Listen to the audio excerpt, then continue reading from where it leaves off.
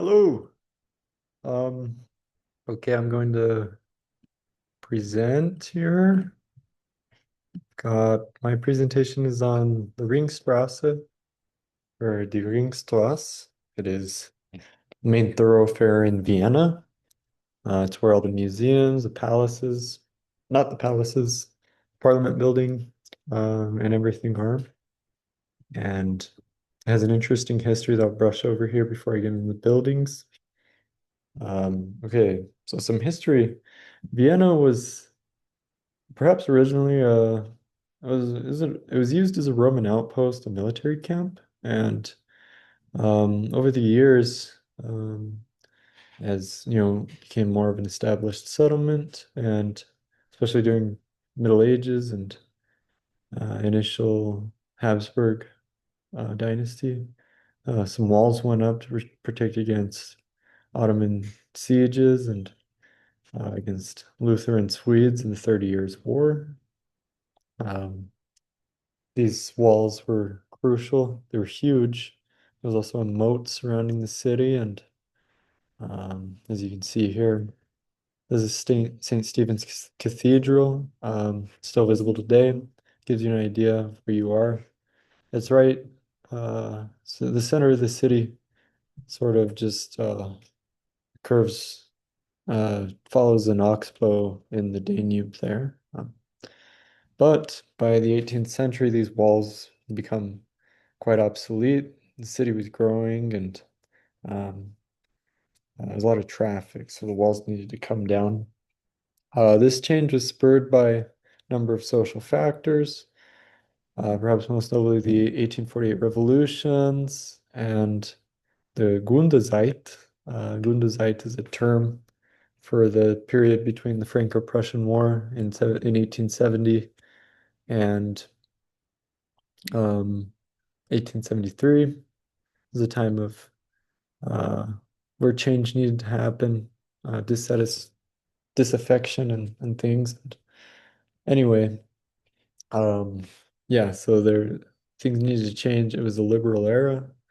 It was a push for modernization. So then Emperor Franz Joseph, who became emperor following the 1848 revolutions, which ousted Ferdinand, um, he he ordered the walls to be raised and the moats to be filled or drained, and a wide thoroughfare to be put in its place. He was following a pattern across other European cities, most notably Paris, which said this.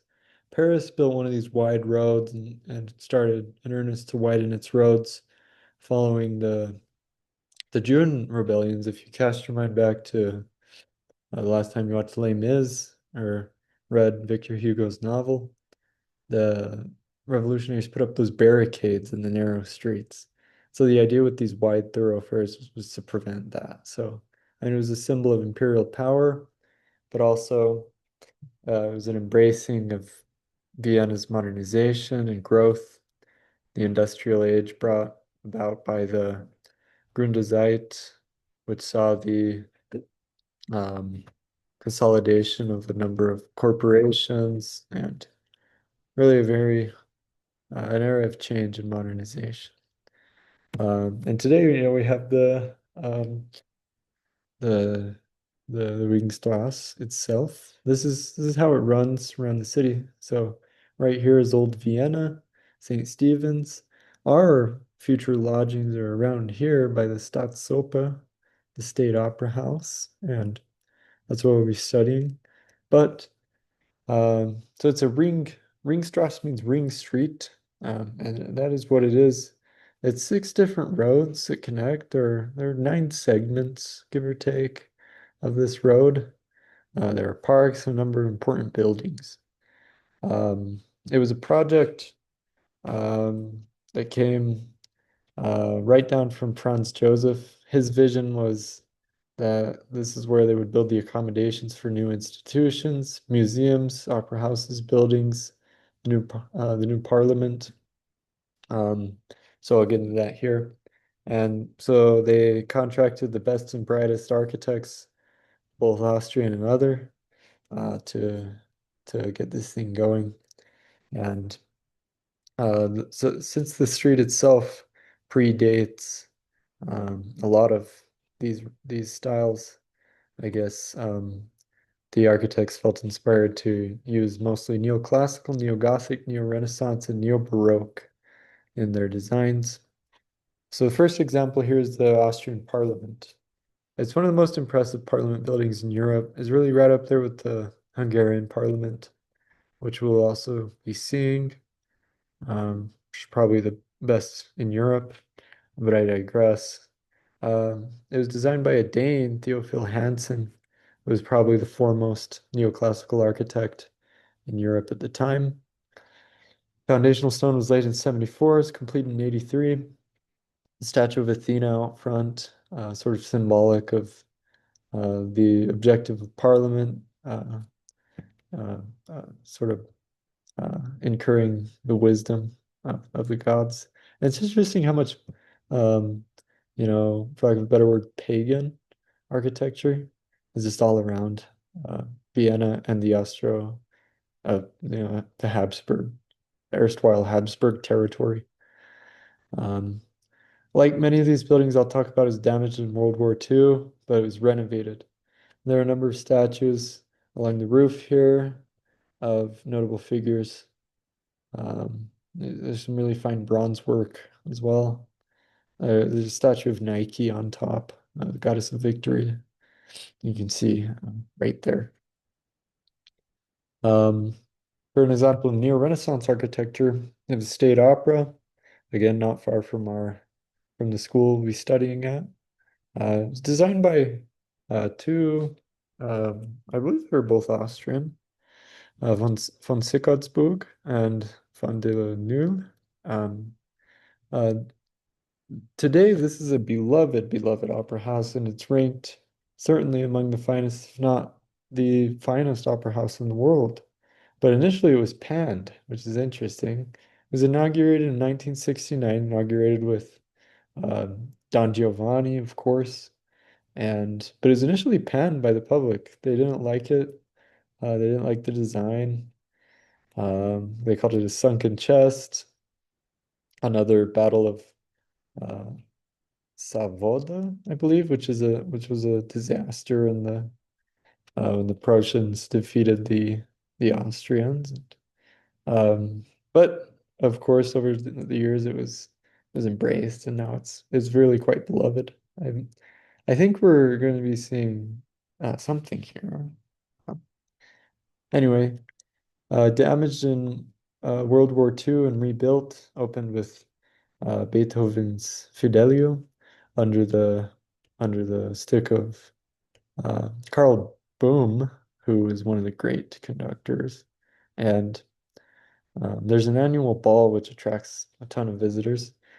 And notably, Gustav Mahler was like the president of the opera house for a decade there. And that was a period of great progress, modernization, incorporation of new like techniques in stage design, stage operations, sound design, that sort of stuff. Made it the world standard that it is today. Vienna University, it's on the north west side of the Ringstraße. Straße. Inaugurated in the Middle Ages, but this building, I believe, it was built under Franz Joseph. A number of notable alumni: Kurt Gödel, Sigmund Freud, uh, the monk Gregor Mendel, uh, Schrödinger and Zeilinger, the great physicists, and Hayek, the economist, Nobel laureate, Viktor Frankl, um, Kennedy, he won the Nobel Prize in Literature, and Stefan Zweig, perhaps the most important modern Austrian writer, one of my favorites for sure. And the university boasts around 17 Nobel laureates, depending on who you count. It's an impressive campus. Okay. So there's a square on the southwest side of the Ringstraße that is called the Maria Theresa Square, Maria Theresenplatz. And um, on opposite ends of the square are the Kunsthistorisches Museum and the Naturhistorisches Museum, which is an art history museum and the natural history museum.